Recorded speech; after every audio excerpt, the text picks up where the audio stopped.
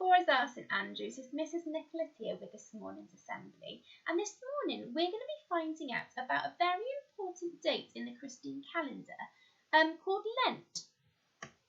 So what is Lent? Now you might have heard of this word, you might know loads about it, but if you don't, that's fine, we're going to learn a little bit about it this morning. So Lent begins on Ash Wednesday, which is the day after Pancake Day, and it's the start of a very, very important time in the Christian calendar. Now, my assembly is all about Lent this morning. However, I had a conversation with some of the teachers last week, and it created quite a debate between us about people's favourite pancake toppings. So I thought, just before we go into a little bit more detail about what Lent is, our favourite pancake toppings. Now, these were some of the most popular options from some of the teachers last week. I am sure you were all scoffing your faces with pancakes last week on Pancake Day. So we've got blueberry ones, we've got lemon and sugar ones, we've got strawberry, banana and Nutella. We've got, oh gosh, one of my favourites, bacon and maple syrup and fruit. And then last but not least, we've got ice cream and chocolate sauce, which looks delicious. So I'd like you to let me know, what is your favourite pancake topping? What did you have loads and loads of last Tuesday when you were tucking into those delicious pancakes that I'm sure you were enjoying last week? And we will see whether there's a clear winner at St Andrews about what the top topping is for our pancakes. So back to Lent. So as I said, Lent begins on Ash Wednesday. Now this year, Ash Wednesday fell on Wednesday the 17th of February, and it's the day after Pancake Day. So what does Lent lead up to? So Lent leads up to Easter, which is the time that Christians remember Jesus' death and his resurrection. Lent is 40 days long, not including Sundays. So this year, Lent actually lasts 46 days, including those 6 Sundays. So why is Lent 40 days long? So it all begins with the story of Jesus. And before Jesus began his teaching, he spent 40 days and 40 nights in the desert to be with God. And during this time, he had absolutely no food.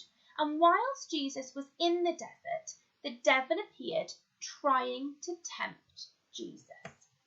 The devil knew that Jesus was hungry, so he told him that if he was indeed the Son of God, to turn the rocks nearby into bread.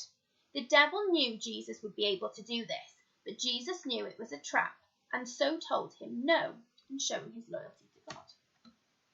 Next, the devil took Jesus to the holy city and to the top of the temple. He told Jesus to throw himself off the temple. If you are the Son of God, he told Jesus, then the angels will save you. But again, Jesus knew it was a trick, and he told the devil that he was not to test God. Finally, the devil took Jesus to a very high mountain and told him, all the kingdoms of the world will be yours if you worship me. But Jesus told him to leave and that he only worshipped and served God. God was very pleased with Jesus and how he resisted the devil's temptations. Jesus spent 40 days and 40 nights in the desert, and he had no food. While the devil tried to tempt him with food, each time Jesus told him no, despite the devil making Jesus many, many promises to try and tempt him.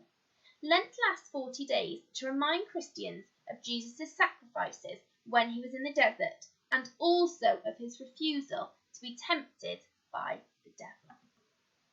Now, it would have been really easy for Jesus to give in to those temptations, but each time the devil made that temptation to Jesus, he stood his ground and proved his loyalty to God.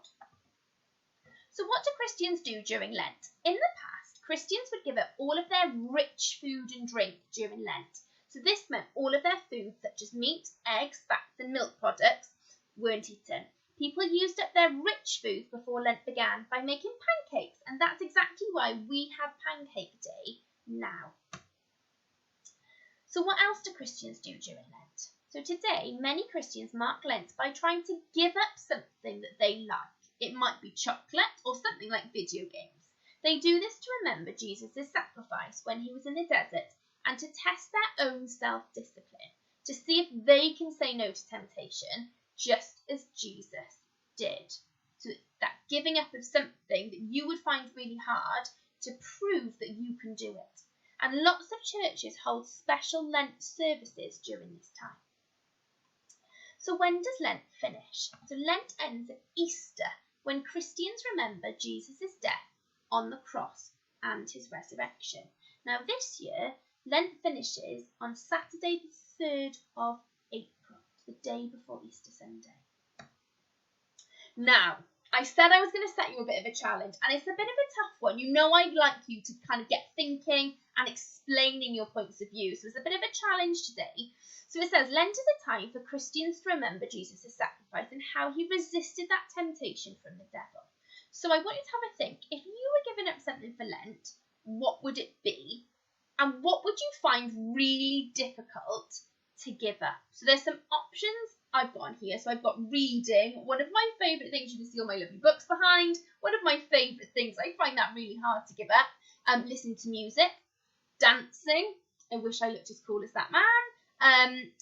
Xbox or games consoles, chocolate, football, playing with your friends, and probably one of my favourite things. If you know me very well, you know I absolutely love cheese and bread, and that lovely thing in the top left hand corner just kind of is lovely gooey cheesy loveliness, which is amazing. So you might have seen this in class before, and we've done it before in year 6, called a Diamond 9.